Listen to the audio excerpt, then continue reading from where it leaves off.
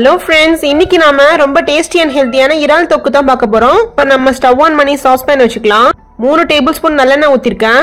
நல்லெண்ணெய் உடம்புக்கு ரொம்ப நல்லதுங்க. நல்லெண்ணெய் ஆட் பண்ணி செய்யும்போது ஃப்ளேவர் ரொம்பவே நல்லா இருக்குங்க. நம்ம 1 டீஸ்பூன் கடுகு ஆட் பண்ணிக்கலாம். 2 டீஸ்பூன் சோம்பு ஆட் பண்ணி நம்ம 2 இன்ச் பட்டை ஆட் பண்ணிக்கலாம்.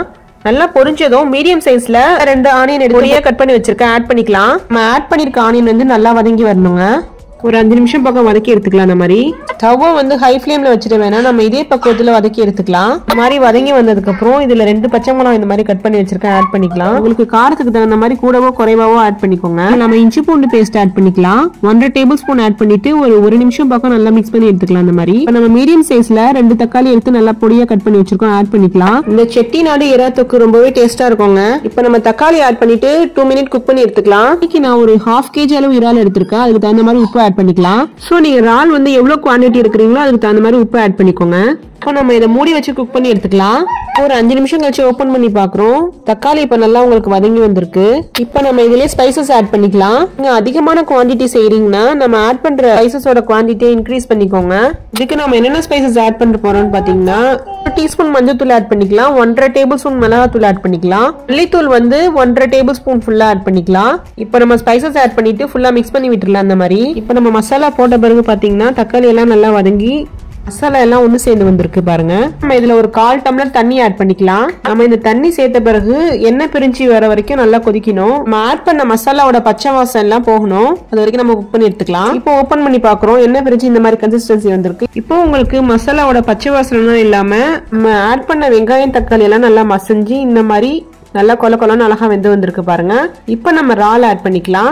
இன்னைக்கு ஒரு 1/2 kg அளவு இறால் எடுத்திருக்கேன். நம்ம நல்லா சுத்தமா கிளீன் பண்ணி எடுத்திருக்கோம். கிரேவியோட கன்சிஸ்டன்சி இந்த மாதிரி இருக்கணுங்க. இப்ப நம்ம கிரேவில கொஞ்சமா ஃபுல்லா ஆட் பண்ணி விட்டுறலாம். இப்ப நம்ம ஆட் பண்ணிட்டு ஃபுல்லா மிக்ஸ் பண்ணி விட்டுறலாம். அந்த மாதிரி நாம சேர்த்திருக்க இந்த இறால கொஞ்சம் கூட தண்ணி ஆட் பண்ணாம கிரேவிலேயே நம்ம குக் பண்ணி எடுத்துக்கலாம். இதுலயே உங்களுக்கு தண்ணி விட்டு வரும். சோ அதனால நம்ம தண்ணி ஆட் பண்ண அவசியம் கிடையாது. இந்த இறா வந்து நம்ம கரெக்டான பக்குவத்துல செஞ்சு எடுக்கணும். அவங்க வந்து உங்களுக்கு ரப்பர் மாதிரி ஆயிடும். இதுல 1 டேபிள் ஸ்பூன் போல சீரகத்தூள் ஆட் பண்ணிக்கலாம். கொஞ்சம் கொரகொரன்னு இருக்கிற மாதிரி பாத்துக்கோங்க. இது ஒரு நல்ல ஃபிளேவர் கொடுக்குங்க உங்களுக்கு.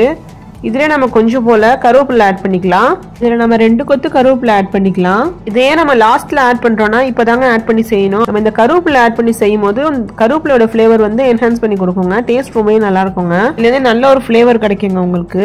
இது வந்து நம்ம ஒரு லிட்டை போட்டு மூடி 5 மினிட் பக்கம் குக் பண்ணி எடுத்துக்கலாம். உங்களுக்கு இந்த இறால் வந்து ரொம்ப குயிக்காவே வெந்துருங்க. இப்போ ஒரு 5 நிமிஷம் கழிச்சு ஓபன் பண்ணி பாக்குறோம்.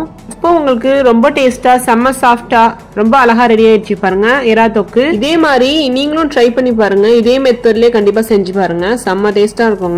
பிளைன் ரைஸோட இது சர்வ் பண்ணும்போது டேஸ்ட் ரொம்பவே நல்லா இருக்குங்க. நான்க்கு எடுத்துக்கலாம், சப்பாத்திக்கு எடுத்துக்கலாம். அப்புறம் உங்களுக்கு ரசம் செஞ்சீங்கன்னா கூட பிளைன் ரைஸுக்கு ரசத்தை வச்சு சர்வ் பண்ணும்போது ரொம்ப நல்லா இருக்குங்க. நம்ம ஸ்டவ் ஆஃப் பண்ணி இறக்கியாச்சு. ஒரு பிளேட்டை சர்வ் பண்ணி எடுத்துடலாம். ஆக்சுவலா அதை நம்ம ரொம்ப நேரம் குக் பண்ண கூடாதுங்க. கரெக்டா 5 மினிட் குக் பண்ணி நம்ம ஸ்டவ் ஆஃப் பண்ணிட்டா நல்லதுங்க.